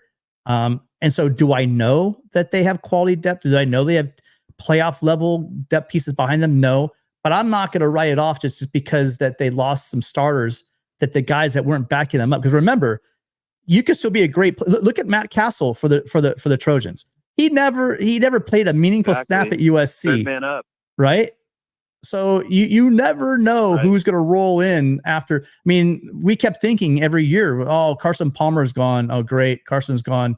Who's this Leinart kid? Right? He comes in. Oh, Leinert's gone. Who's this Booty guy? Oh, Booty's gone. Who's this Sanchez guy? We just kept rolling guys out. There's nothing to say that obviously they can or they can't, but I wouldn't count out their depth at all. And I've heard from Michigan guys that they feel pretty confident about their depth. Speaking of Michigan, I'm gonna do a simulation on the Spillover channel right after this game. If you guys want to go check it out, we'll be in the chat. I don't know who I can bring over there with me, but if you guys are interested in the college football 2025, I got sucked in. I was never gonna buy that game. I swore it. I remember 15 years ago when I actually used to play that game. How many Saturday mornings I would get up really early before anyone woke up, so I'd have some peaceful time to myself and play that game. And I'm terrible at the Trojan Blade. Gabe hung 60 on me. Although I had a nice healthy lead in the first half and actually ran back with about 15 seconds left in the first half. I ran a kickoff back with Branch for a touchdown. Had him sweating that the old guy was going to beat him. But anyway, I'm gonna do a simulation on the Spillover channel on my Conquest channel after the show if you guys want to check it out. Sweet, I definitely will tune into that.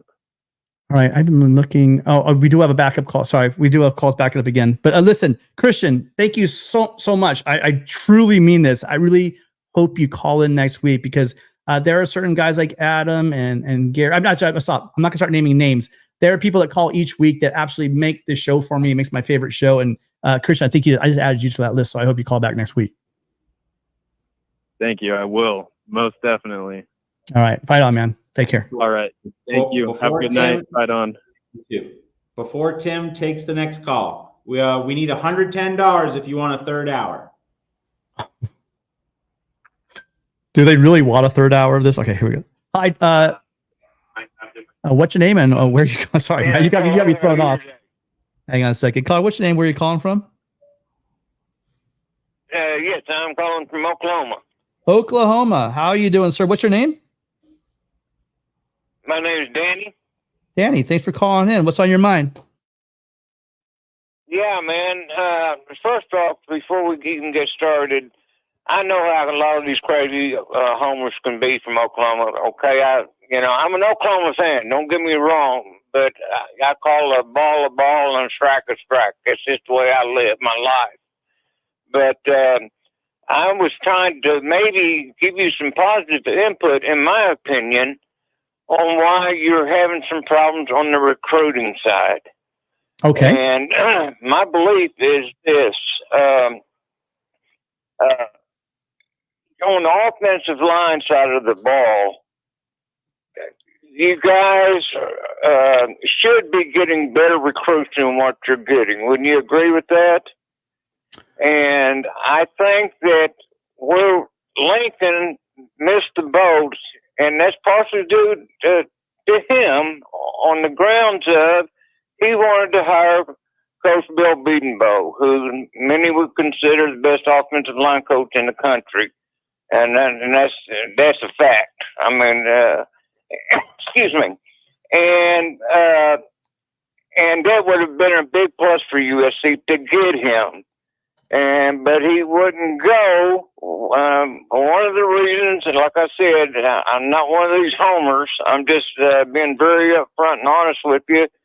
He was concerned about the fact that Bill Bedenbaugh would love to have been at USC, but he was concerned about the way Lincoln left the program, okay? And that would have some tarnish on what he would be doing if he had taken the job at USC. So I'm trying to get through this really quick here. No. So that with these young kids, they hear stuff on these recruiting trips and all these, the 7-on-7s, all of that. And I think that has something to do with it. It's by the way he left, okay? We agree that he's a great offensive mind, no question about that. And but I'm just trying to make it simple, or to simplify it by saying that that's the issue here. And as far as the defensive line goes, I'm watching you guys tonight, of course, and you're talking about the defensive line play and recruiting and so forth. Okay, Oklahoma got lucky. They got Coach Bates. Now, I'm sure you know his resume when he was at Clemson.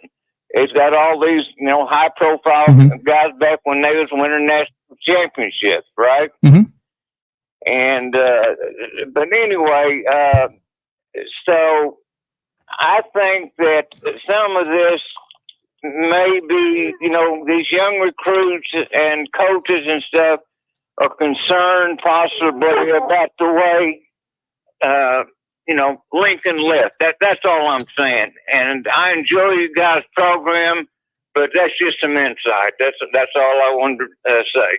Well, I appreciate your candid your candid thoughts on Riley. I do think it was a disappointment to many, probably including Lincoln Riley, when Bill Bedenbaugh did not come over with his staff. I think that he was, a lot of that also had, I've heard, I'm not patched into the Oklahoma program. That's true. But he he liked Oklahoma. You know, sometimes I mean, he liked where he was. He liked the community. It just was a fit for him. And a lot of that plays into it. Stick around. He bought a cabin or a house or something here around the lakes and stuff here in Oklahoma. He loves Oklahoma. No question about that. Does he have family? His wife have family there? I thought I heard. Or is that incorrect? Is that just someone just talking? I don't know for sure. I don't know either. But I heard. I'm repeating what someone else said. So, but I mean, it was a shame. He is a great, proven offensive line coach. Without doubt. I had a question for you because usually I don't have really much to argue with what you said. I don't know a lot. I mean, I really don't know exactly how it went down. But let me ask you a question from a neutral position.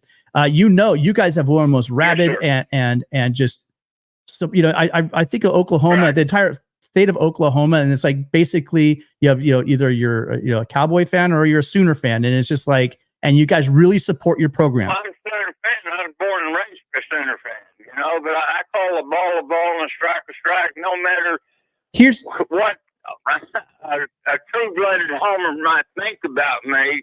I call them like I see them, and that's just the way it is, That's so. Let me ask you this question though. I want you to go back to the Oklahoma program because I mean I've kind of gone back. I a lot of people and I believe you say you're a straight shooter, and I see if I want to get a straight shot from you. Before Lincoln Riley showed up, you had Heifel as your OC. Heifel was the OC, correct, at Oklahoma before Riley?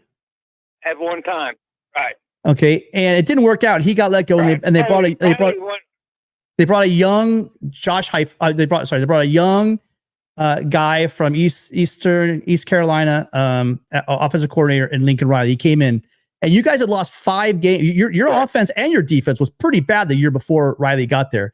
But Lincoln Riley shows up, and he turns that offense around pretty quick. I want you to go back and put your no question about it. So Oklahoma was. Yeah, well, he just did, and the reason being is that I guess I don't know. He come up, like I said, he's got a great offensive mind, and he's changed some of the schemes around and so forth. And of course, he had something to work with.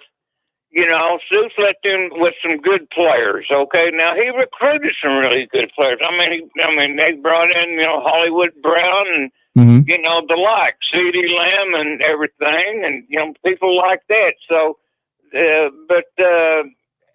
but right now, let's see, it's your first name's Tim, right?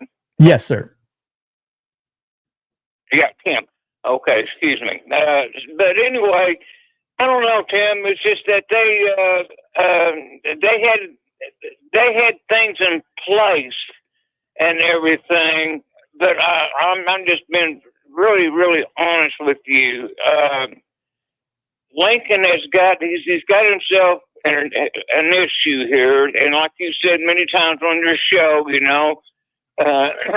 the one defensive coordinator that he did bring to Southern Cal and all that was just the one. It wasn't like he had multiple guys there. That wasn't the case. But he trusted him because, I think he coached a while at Ohio State and so on and so forth. And I guess they become very close. And I think Lincoln was caught between a rock and a hard spot, to be quite frank about it. Well, didn't want to fire him. And wait, Danny, hold on. I want to go back. So I want to get your input on this. I don't want to talk about right now or Grinch and that stuff.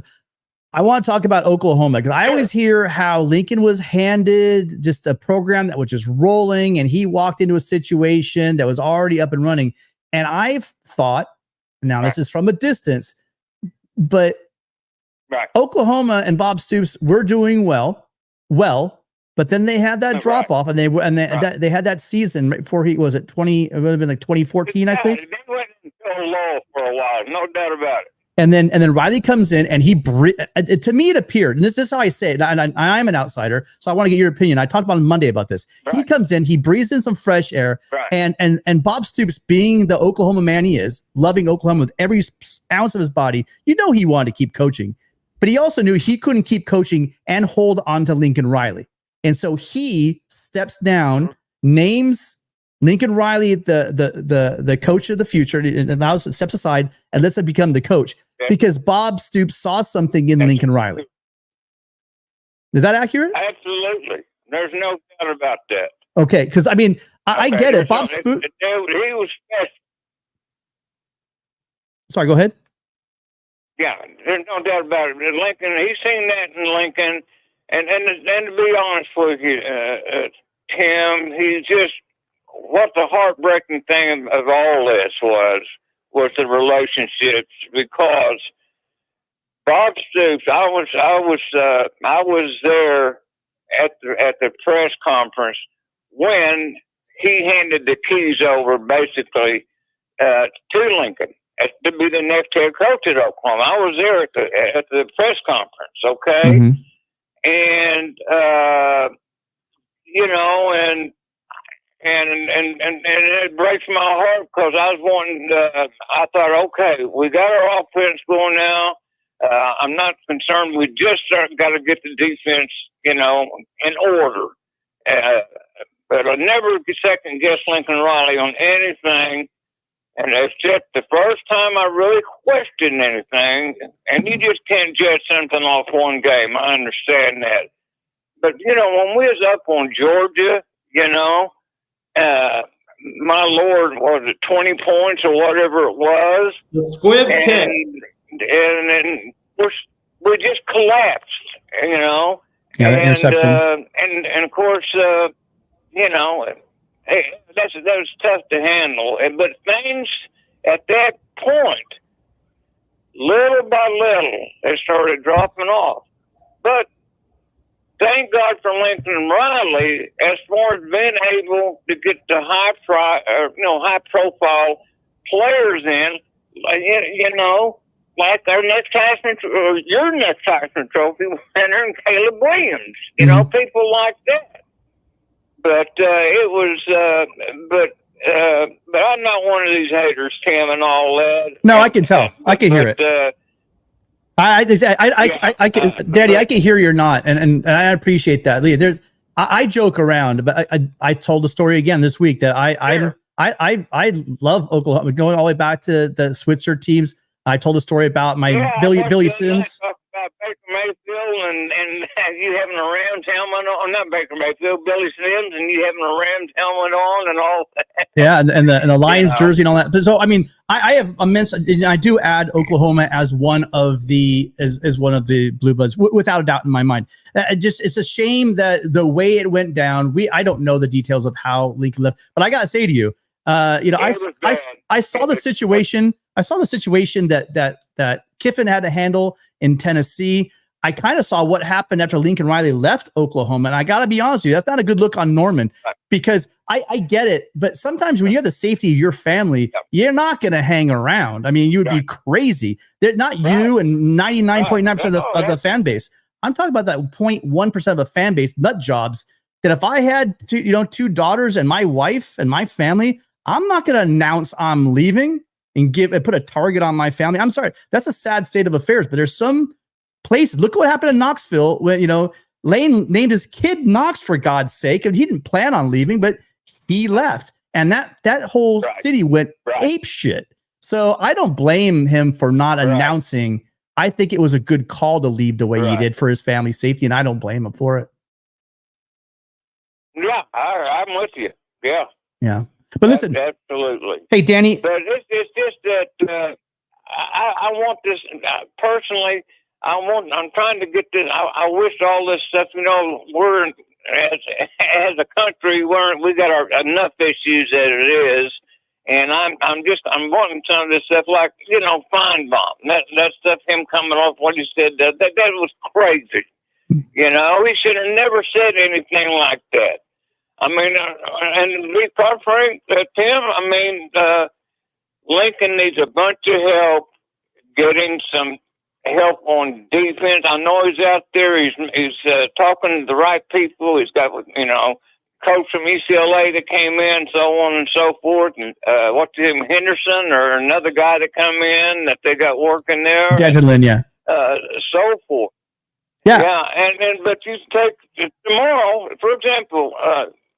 Now they're up for that. I think between USC and Oklahoma for that big recruit out of Miami, Florida, right? Big recruit out of Miami. You just give me a name. Sorry. A defensive tackle. Boucard. Something Bohard or Oh, something. Bacard. Yeah. Bohard. No, yeah, the defensive lineman. Yeah. Oh, he's from Miami? Right. Huh? Yeah, well, Oklahoma's come into the picture, from my understanding, and I've had very brief conversations about this, has come into the picture late, right? After his visit, USC felt really good about it. But yeah, Oklahoma, you guys are making a big push towards the end here. And so, it's just going to come down to the two. I've got some inside information on that. And he's going to pick Oklahoma tomorrow. And that one of the points I'm making, Tim, because you've got so much going on there, and the possibilities are endless. Okay, but it makes football better when everybody's better, you know. And Oklahoma, believe me, they got a lot of issues they're addressing, and they need to address, you know. But somehow, some way, on this recruiting thing, somebody's dropping the ball, and I don't know if NIL has anything to do with it. I'm sure it has something to do with it. But Oklahoma, I mean, they're NIL money for the most part. I mean, this is oil country, right? And there's a lot of money out here as far as that goes. We don't have them. I don't think we have the money like USC does. And I know we don't have Oregon's money, right? Well, we've been trying to talk about this for a while. I'm just pushing y'all the best. Well, Danny, excuse me? Yeah, we got to move on. I appreciate your call so much. Really, honestly, great call. I welcome calls and insight from Oklahoma, especially from people that have a class and the right attitude and are good fans like you, Danny. I do appreciate your call. But really quickly, I'll answer the rest of your off calls. We got to bring this next caller in before they bounce. But appreciate you coming in. Our line stacking up. But I do hope you call back in. Great call, and I'll talk to you soon. I will. All right. By the way, my last name's Blackburn. That's an easy to remember. That will be, Danny. All right, Danny. Take care. Okay, you have a good evening. You too. Bye. Yeah, with Bacard, the situation is we talked about. Sure, NIL might come to it, but he brought up the fact, Matt. When you come over and you bring Bates with you as your defensive line coach, you're gonna have people do want to come in and play for like an Eric Henderson, but Todd Bates is also a huge name in defense. I mean, he's just done it at the highest level with national championships and developing guys and get them to the NFL. So you're talking about the difference between you have Henderson, who's going to do it, and he's done it in the NFL, and he's going to do it at college level. And then you got Todd Bates, who said, I've been doing this for years. So getting into a battle with Oklahoma, that is a scary thing. We'll find out soon enough. Hi, caller. What's your name and where are you calling from? Hey, guys. This is Alex from Glendale, California. How are you guys doing tonight? We're doing great. What are we in? Are we in the second hour, Matt? What are we doing on this time-wise? Oh, we're almost done. Yeah, 15 minutes left. Unless someone comes up with 100. I gotta. What's that, Alex? Hello? Yeah, we got you. What's up? My bad. Sorry. For sure. I'm about to hang up in a sec. I gotta shut down. But really quick question for you guys. I saw the title and you guys mentioned Lane Kiffin, so I just started thinking USC Ole Miss, that'd be an amazing bowl matchup, amazing playoff game matchup. So really quick, your guys' opinions, what'd be your favorite ideal playoff game matchup for USC? Ooh. Well, I think we just covered it, really.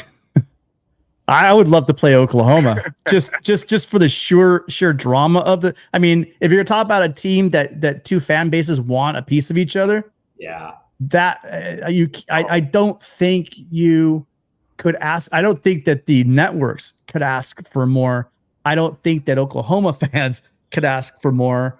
Let's see. Well, I mean, but at a USC standpoint, so just be a USC fan. It's Oklahoma. It's Oklahoma. We want you. They want us. Gotta be Let's get it on. That's got to be the Yeah. easiest dream matchup for playoffs. Yeah. That, I mean, without a doubt. Yeah, that's an easy one.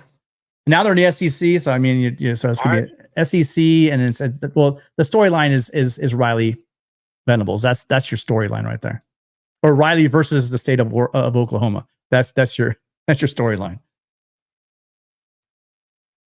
Yep. No, that sounds like the perfect matchup. So hopefully both of us can hold up our ends of the bargain. Yeah, I mean, we'll see what Brett Venables and Lincoln Riley can do. I mean, it's going to be, it's not, both have very difficult schedules, I think. So it will be interesting to see if either one of them can get through their regular season with 2 losses or less. That's going to be the trick for both coaches. It's definitely not going to be easy for either one of them. Yeah. Well, a kid can dream. Anyways, thank you guys for taking my call. Sorry to dip out so early, but thank you guys. Fight on. Have a great night. No, that's a great question. Thank you, Alex, for calling. Appreciate it. And then I hope you become a regular call-in as much as you like. Now that we're making extended, longer shows, Matt, I guess we'll have more time for more calls. So appreciate you calling in. Fight on. Thanks, guys. Fight on. Well, we got a little bit under 14 minutes, and guess what? I think that we had 2 calls, but they, whoever you 2 were that were in the call queue, I do apologize. I really enjoy those conversations, Matt, with other fan bases, and I mean, and having one from Oklahoma is an interesting conversation always. I do like to hear from it because I did a poor job of kind of framing the question for it, but I did want. I mean, he kind of gave me some answers. We hear that all the time that Lincoln Riley just inherited this program rolling. And I think that at that point in Oklahoma, they weren't rolling. Bob Stoops had built a very special program and kind of continued, that blue blood, that playing at the highest level standard. But outside of 2002, they just could not get over that hump. And the funniest thing is the fans and the national media talk about Bob Stoops, killing it, blah, blah, this and that, and whatever. And Stoops was an amazing Hall of Fame coach. But he had that win in the championship in 2000, but then he went 15 years without one, and then Lincoln Riley's there for 4 or 5 years. They're saying, "Oh, this bum hasn't won a championship." It's like, well, it's not like any programs unless your name's Alabama's winning them every 2 or 3 years. So we don't have any calls. No calls. Okay. So in terms of the Lincoln Riley Oklahoma conversation, a few things need to be kept in mind here. And one is that, Bob Stoops made the BCS championship game multiple times. So he was literally playing for a national championship multiple times. And then when Lincoln Riley became head coach at Oklahoma, we went into the 4-team playoff era. And so if Lincoln Riley had just won one of those 3 semifinals, and obviously the Georgia Rose Bowl 2017 season, January 2018, if he had won that Georgia semifinal, he would have had a win over Kirby Smart. He would have been playing for the national championship. That would have been against Nick Saban and Alabama. If he wins that one game, we view Lincoln Riley's tenure, his career in a different light. But because he went 0-3 in 4-team playoff semifinals, it's one thing if you're Bob Stoops and you lose in a BCS national championship game, to Florida, Tim Tebow. But because Lincoln Riley went 0-3 in semifinals, that does affect the perception of Lincoln Riley, fair or not. And so that difference between a 4-team playoff and the 2-team BCS, that's a nuance of the conversation. The other part of the Lincoln Riley story is that, when he came to USC, one wonders, what was the real story when Mike Bone and Brandon Sosna, got him after, communicated with him after Oklahoma lost to Oklahoma State in the Big 12 championship game, which, that ended Oklahoma's regular season. It enabled Bone and Sosna to talk to him, because if Oklahoma had won that game, Oklahoma would have been preparing for the Big 12 championship game, and they wouldn't have been able to interview him. What I'm really interested in, we do not know the particulars on this, but was it assumed that Lincoln Riley got to bring over the coaches that he wanted, Or were there some discussions of, you need to bring over this guy, or wait, do you really want to bring over this guy as one of your staffers? And when Lincoln Riley assembled his USC staff, I personally viewed it as a big hit when Bill Bedenbaugh did not come over as offensive line coach. I was really counting on that. There were initial reports that it was going to happen, but those initial reports did not prove to be accurate. But like in retrospect, that was a really big hit for USC, not getting Bill Bedenbaugh. And then of course the other and most obvious one, why didn't Lincoln Riley, with this fresh start at USC, why did he not use that moment to upgrade his defensive coordinator instead of relying on Alex Grinch? And I don't think we know how much Mike Bohn and Brandon Sosna pressed Lincoln Riley on that. And to be fair to Bohn and Sosna, if you have Lincoln Riley on a platter and Lincoln Riley, hypothetically, I'm not saying this happened, but hypothetically, if it did, if Lincoln Riley said, oh, if you don't allow me to bring Alex Grinch over, I'm not taking the job.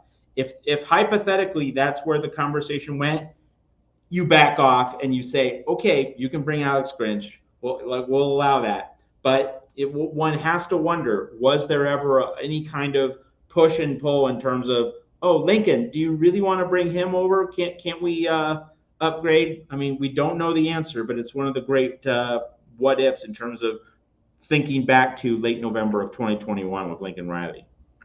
Yeah, I'm going with I don't think. I think that USC, in the situation that they were in, I mean, think about the names that USC was talking about hiring, and think about where those names are right now, and the fact that Mike Bohn and Brandon Sosna were able to just sell a vision to Lincoln Riley. I don't think that they were in a negotiating position to start making any. I mean, really, with any quality head coach, you're really not making any demands on their staff. They're saying, you want me, I'm bringing my staff, and I'm going to keep who I want from your staff. So don't tell me who you want to stay on staff. I'll let you know who's I'm going to allow to remain on staff. But yeah, I'm curious about that decision. I was talking earlier this week. I can't remember who it was. Probably Gabe, because I talk to Zero all the time. But that conversation goes back to why he was, how he got the jobs that he got. Because I still can't wrap, Matt, I mean, I still keep, because when I think of some of the smartest coaches that I've ever thought about in college football, it's going to be an Urban Meyer, offensive guy. It's going to be, a Lincoln Riley, because, he is an offensive guy. The Pirate, offensive guy. So these guys are all hiring him, for a reason. And I just picture in my head, they're sitting in a bar somewhere, or they're at dinner, and at the end of desserts or cocktails, and he pulls out like a napkin, and he's just drawing up plays and stuff. And they're going, oh, okay. Because they had to have seen something in him. Like I talk about the fact, the scheme that Grinch runs, it can be done with the right personnel. I mean, it was Gabe's. We were talking about who you would need at cornerback. So, if you slot in two guys at corner that can completely lock guys down and man on the outside without very little help, then I think that it's a very aggressive, very good scheme. But if you don't have that guy that's going to be able to lock down one half, if not both sides, right, of the field, it opens itself up to getting burned over the top, like we saw time and time again. And so I think on paper, with the right personnel, I bet you to all three of those offensive minds, because let's face it, all three of those guys know a hell of a lot more about X's and O's and football than I do. I don't know if you guys want to claim anyone out there in the chat who thinks more than the three guys I just named about football, go right ahead. But they all saw something, and that just never transpired. And the only thing I can come to think of is, why didn't Monty Kiffin's Tampa 2 work at USC? Well, because you don't have a middle line. Hayes Pollard, awesome linebacker, but he's not the kind of guy that can run back and run with guys and run that, to the deep seam and be able to make a play that you need, like the NFL linebackers can do. So we keep talking about, well, what was Riley seeing? They must have been best friends and this and that, blah, blah. I think it was a lot more complicated than that. I don't think Lincoln Riley in that last year hung on to Alex Grinch. I know it's a fun story for everybody. I don't think he hung on to him because they were friends.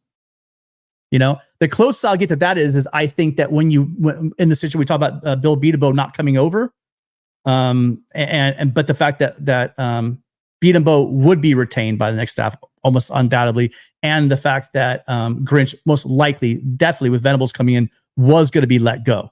So it's a no-brainer for that situation. But he did come, you know, and there's that sense of loyalty. And as we talked about in the past, you can't bring someone over to a rebuild and then 1 year to sacrificial lamb them and throw them away. And so you stuck yourself. So the major issue is when he brought him initially, that was Lincoln Riley's big mistake. I think that the holding on to him for a second year was almost a given based on what they walked into. And the fact is it was smoke and mirrors with that, you know, incredible offensive year and just all the turnovers that they had. That also helped out, you know, to give some semblance of hope to the defense. But in reality, I think when he brought Grinch over, that initial hire was what set Lincoln Riley and USC's program back. And again, hindsight's 2020. But I just don't think that USC had the personnel to run Grinch's defense, and Grinch's defense was not flexible by any means to the personnel that USC had. So here's where we are. And I think that one thing to add is that after several years of Clancy Pendergast and then Todd Orlando, USC needed a good teacher, and USC needed a guy who would simplify everything, because Pendergast and Orlando were disastrous defensive coordinators. USC needed someone who could be, you know, who could really set the bar high in terms of just being able to simplify the scheme, do the things that like Danton Lynn and Eric Henderson are talking about. Also, you know, Matt Entz and Doug Belk, they all say the same things in terms of teaching, communicating, making it clear, making it easy for players to retain knowledge. You know, in light of just you know, Alex Grinch is not the only really bad defensive coordinator USC's had over the past several years. There have been a series of them. And so just in retrospect, like not getting someone who was, you know, a rock star on the defensive side of the ball, real missed opportunity for the program. Agreed. 100%. Well, we've honored our 2 hours. And for all of you guys who are still here, number one, thank you all for being here. It's greatly appreciated. But also, if I could ask one more thing, if you could please hit that like button. There's 71 of you guys that hung on for the long haul. Hit that like button and do please subscribe. We will be going live randomly, especially when news breaks, and news will begin to break a little more. The offseason has been a bit slow, but throughout the season, I guarantee you, we're going to come across news. There always is news throughout the season that we will go live. And if you are not subscribed and you do not have the bell notification, you won't know when we're going live, unless also you're following Matt and myself on Twitter. We announce a lot of the show's stuff there as well. But appreciate everyone being here tonight. I am going live right after this. If anyone's into this kind of thing, I'm going to have the University of Michigan, USC taking on the University of Michigan in Ann Arbor for a simulation game. We know how simulations are. They're just computer generated, so don't hate. But if you guys want to catch a little bit of football right now, I'm loading it up as we speak. Maybe Matt can close us out a little bit here. But before we do also go, I want to thank all the contributors as always, because you guys are the stars of the show. Thank you to Augie and Oxnard. Adam, thank you so much for your generous contribution and your continued contributions as far as calling in and being in the chat. Thank you so much. Jackson Johnson called in as well from the Jacksonian. Chris from Pennsylvania called in, the Penn State fan. Thank you for calling in. Mark from Albuquerque calling in again. Appreciate you very much. Christian with your great questions. Thank you so much from Mission Viejo. Danny from Oklahoma with that Sooner insight. We appreciate that. Alex from Glendale also with some really, really great questions. Thank you guys. You guys make our job so easy every Friday. This is the place to go. Even though I tweeted out Friday at 6 p.m. Pacific, it's not 6 p.m. It's moved to 7 p.m. like you guys call us tonight, 10 o'clock Eastern. We thank everyone, as always, for being here. Thank you, Gabe from Trojan Blade, for being here. Make sure you guys are checking his channel out. Thank you, Gabe, for constantly tweeting out our shows and your support. We really appreciate you very, very much. I am going to throw the link on. Matt's going to talk for a few minutes while I throw the link up. If you could stretch this thing out a little quick for me so I can go ahead and put this in really fast. Well, just that next week we have Big Ten Media Days for USC, first time in the Big Ten. So Miller Moss, Jonah Monheim, and Kamari Ramsey are the 3 Trojans that will be representing the team at Big Ten Media Days. You're going to want to watch our friend Mark Rogers. You know, he follows all of college football nationally very closely and expertly, as you know, but the Big Ten is his wheelhouse, right? The Big Ten is Mark's wheelhouse conference. He's been doing the Big Ten live show on Fridays before we come on. So you want to, check out Mark's coverage of Big Ten Media Days here at the Voice of College Football. A reminder that Mark and I recorded 3 bonus cuts, 3 bonus segments. So we now have 14 in the can. So if you want to join at the medium or top membership tiers, you have that. And, going forward on Fridays, just a reminder that we're doing our fundraising mile. So we got a second hour, and Adam has been the person most chiefly responsible for getting a second full hour each of these last 2 Fridays. But if you want a third hour, okay, $250. You get $250 into the till in the first 2 hours of the show. Then you get a third full hour deep into the night on Fridays. So we didn't get that third hour, but because of Adam, we did get that second full hour. But that is our new fundraising model for these Friday shows. And, we really thank you for your support of our channel here at the Voice of College Football. And, before we did this fundraising thing, folks, you could tell that like I was ready to, wind it up at like 8:30, or 8:20. And it's just because, well, if we're going to spend 2 full hours on a Friday night and put family and pets and all those other things at bay, there needs to be an investment. And so we thank you for making that investment these last 2 weeks here at the Voice of College Football.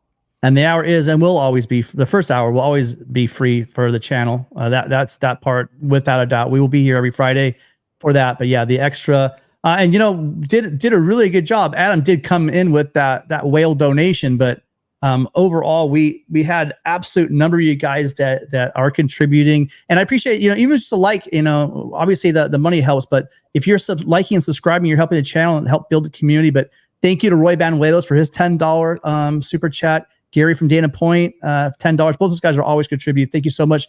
John Teal with the $5. Again, Adam with the Whopper. XJ Caro, I hope I'm saying that right, with $20, and Trojan Fight with $10. Again, we appreciate all of you guys being here. The fact that some of you guys are donating money is even more special. But listen, we're gonna close this thing out. We're gonna head over to my channel. I dropped the link. I'm gonna drop it one more time in there. If you guys want to meet me over there, I'll be in the chat over there taking your questions, goofing around as well. I might even be on mic if you want. And Gabe, I don't know if you're gonna join me over there, but I'm gonna be over there for sure. Can you put it on the bottom of the screen here? Well, I mean, they won't be able to link it, but I did put the link in the chat. Oh, that's right. You're talking about people that are on the you go and search for it though. The channel itself is it's Trojan Conquest. So if you search YouTube for Trojan Conquest, and if you type in Trojan, if you're searching Trojan Conquest and you put College Football 25, it should pop up. I'm heading over there right now. Matter of fact, I see Gabe. Gabe's already over there. So we're going to end this one and we're going to pop over there. If you guys want to keep the Friday party going, why not? Let's do a third hour. Might be paid, but I guarantee you one thing, you will not see Matt at that simulation because that will not happen. But Gabe and I will be over there. Appreciate you guys helping me out. It's a brand new channel. Go ahead and sub it up and like, and we will see you in a few minutes. So for my editor on this side today, Matt, make sure you come join us at the Trojans Wire. Some of the topics I am, Matt. There's a couple of really good ideas that came in my head. We'll have some Trojan football coverage every day over there at Trojans Wire. Make sure you're checking us out here on the channel on Monday nights with Mark Rogers for our Trojan Conquest Live. And then again, obviously next Friday at 7 p.m., we'll start this thing all over again. So appreciate all of you guys. Again, your continued support. We'll see everybody on Monday. Fight on. Oh, sorry. We'll see everyone right now. We're on my channel. Go check us out. Fight on.